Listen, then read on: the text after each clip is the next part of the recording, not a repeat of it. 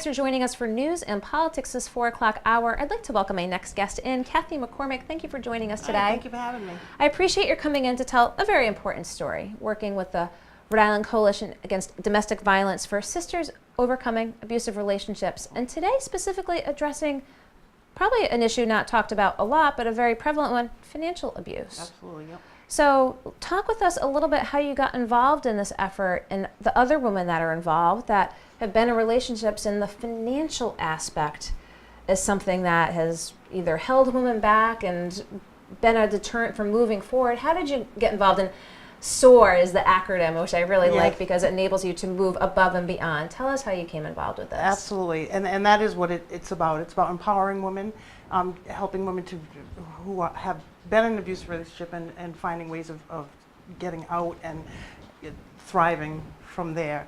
Oftentimes women don't realize that when they're in an abusive relationship that they also are being financially abused. But 98% of women in abusive relationships are financially abused, and the devastation of that can linger for many years. So I got involved in SOAR as a way for me to pay it forward when I finally got to a point in my life where I was financially secure. I felt like I was back on my feet. You know, I was able to get back to school, get my degree. My kids were a little bit older, and I felt like it was time for me to pay it forward a little. So what does financial abuse look like? It, might seem, I'm sure, innocuous at the time, but things that women in any relationship should be cognizant of as it comes to finances. Well, it looks different for everyone. It is just about controlling somebody, whether it's not allowing them access to their bank accounts or taking their paycheck or not having your name on a lease. In my situation, it was oftentimes sabotaging my ability to get to work, destroying my car so I couldn't get there, so I lost jobs, which meant I didn't have income, which meant I couldn't pay my bills. And then your credit goes down, and it can spiral. It will, it can have lifetime effects. Not being able to finish school or get your degree because they're controlling you or whatever, and so that impacts you financially for the rest of your life. So there's a lot of different aspects to financial abuse. There's a lot. I'm looking through here again about what SOAR does, enabling women to recognize this and move beyond it. What advice would you give to people who've gone through this? Because as you said, it's difficult to say, well, how can I leave financially? Well, and oftentimes, it's a process for sure. If you're in the situation, oftentimes it's difficult to get out because oftentimes your abuser is the person who is paying the bills. If you have children and you have no other way of supporting yourself, then it becomes more difficult. What we recommend is that women take steps. Whether it means saving a little bit here and there wherever they can, making sure that their credit remains well if possible. Little steps and making plans for when you get out of that relationship that you can stand on your own 2 feet and move forward. And there are resources. You talk about being an advocate with SOAR. People can contact and start that process. So what does it look like with the resources that SOAR and, again, Sisters Overcoming Abusive Relationships enables the community of women who become involved to, again, how does that help empower them and, again, move them forward? Well, I think that knowing that you're not the only one that's been in this situation, oftentimes women don't want to talk about their financial situation. We tend to not, want to admit that we don't have enough money or we're not, So talking about it is the first step. So we try to do that, talk to women. We have little, opportunities where we can just, talk. It's important. Sometimes we feel, I know when I was going through it, I didn't even recognize what that meant. I didn't know what financial abuse was back then, but when I think back on it now, I'm like, there were so many things that it took me a lifetime to really build back up my credit, and I felt ashamed, so I know that other people feel ashamed. So talking about it is like the first step. This is the first step. You're here. We're telling folks, and I'm sure viewers and folks, family or friends going through it as well. I mean, what if you suspect a family or a friend, if you're not going through it yourself, but you see someone, broach the conversation? How do you start?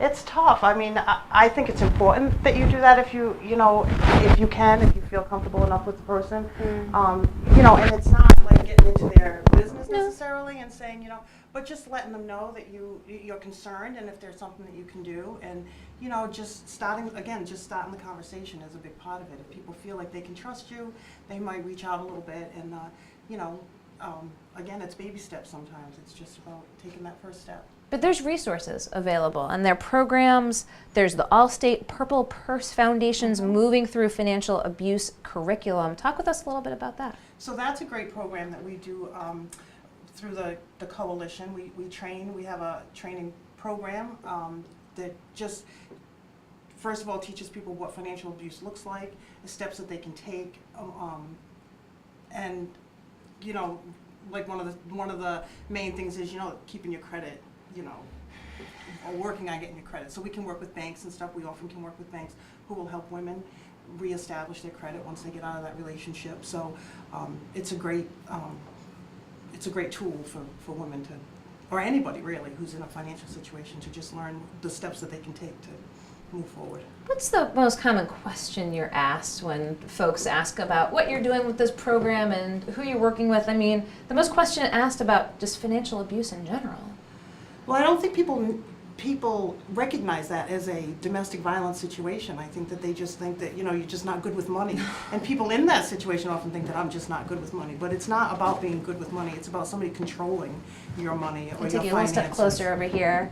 So recognizing what the issue is. Absolutely. Recognizing the signs and understanding that it's not your fault.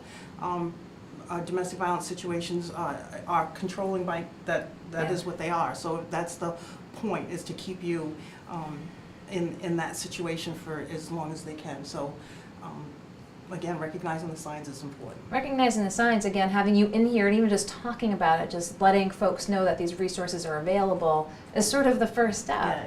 I mean, what else would you like folks to know about SOAR, and having gone through what you've been through and what you share with folks about, again, how to empower themselves to move beyond and then take the next steps into the healthier life direction? Well, I think the main thing is, I want people to know that there is a light at the end of the tunnel, that you can find life after the situation, and to find somebody that you trust to help you move on.